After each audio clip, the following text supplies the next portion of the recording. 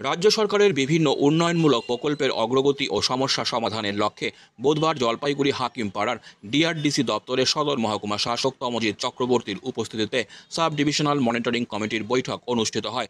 বৈঠকে সেচ, পর্যটন, মৎস্য, ভূমি, কৃষি, শিক্ষা এবং হর্টিকালচার দপ্তরের প্রতিনিধিরা অংশগ্রহণ করেছিলেন। বৈঠকে বিভিন্ন দপ্তরের কাজের সুবিধা অসুবিধা নিয়ে বিস্তারিত আলোচনা হয়। সদর মহকুমা শাসক তমজিৎ চক্রবর্তী জানান, বৈঠকে ধর্মীয় স্থানগুলিকে কেন্দ্র করে সার্কিট ট্যুরিজম এবং হেরিটেজ স্থানের উন্নয়নের পরিকল্পনা নেওয়া হয়েছে।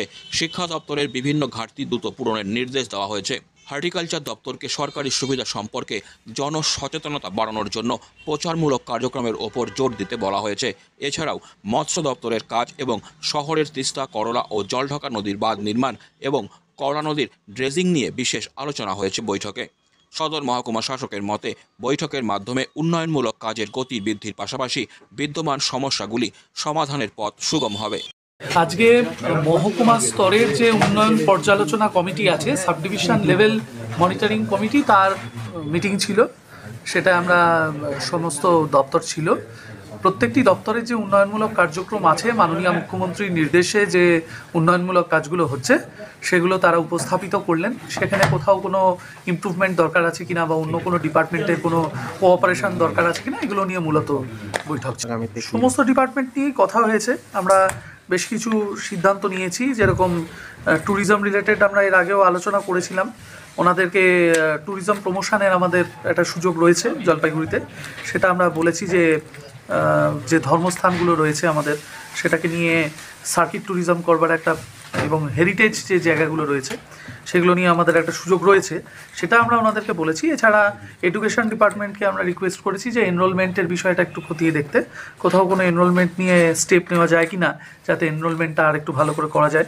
কোথাও কোনো গ্যাপ আছে কি না সরকারি পরিষেবা পৌঁছানোর ক্ষেত্রে, সেটাও একটু সুপারভিশন করে মনিটরিং করে দেখতে বলা হয়েছে।